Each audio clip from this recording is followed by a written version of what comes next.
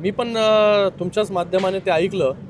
मला वाटतं वारंवार शिंदे साहेबांवरती बोलून प्रसिद्धी मिळवायची आणि मी तिथे ऐकलं की बाबा काय कल्याण लोकसभेमध्ये देखील जे आहे हे खासदाराला माझी करून टाकेन आणि एकही महानगरपालिका जी आहे ती निवडून येऊन देणार नाही.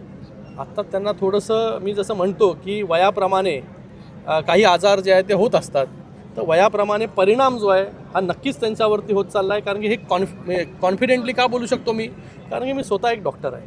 त्यांची डायग्नोसिस मला वाटतं त्यांना स्मृतिभ्रंश, ज्याला इंग्लिशमध्ये डिमेन्शिया असं म्हणतात, त्याच्यामध्ये माणूस विसरतो, मागे झालेल्या इतिहासामध्ये झालेल्या गोष्टी विसरतो, तो थोडा चिडचिड करतो, त्याच्यानंतर त्याची दिशाभूल जी आहे ती लगेच होऊ शकते, व्यक्तिमत्वामध्ये बदल घडतो.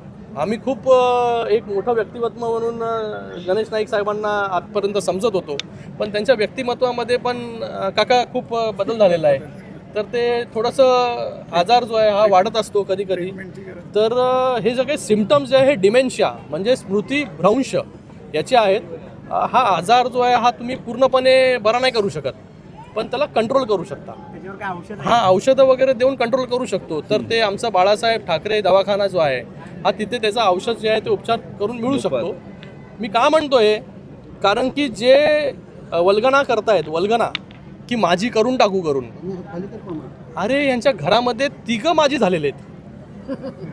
3-3, 4-4, 5-5 वेळा माझी झालेली आहेत.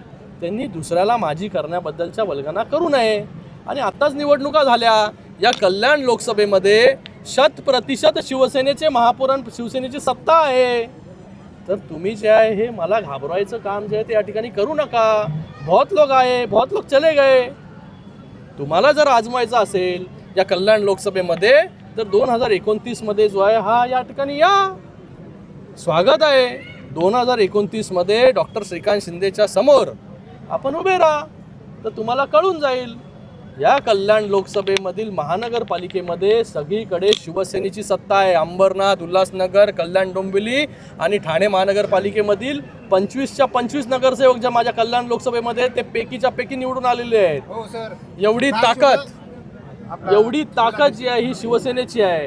ही कोणाच्या भरोशावरती जी आहे ना, हे शिवसैनिकांच्या ताकदीवरती आणि इकडच्या जनतेच्या विश्वासावरती जी आहे शिवसेनेची सत्ता स्थापन केलेली आहे.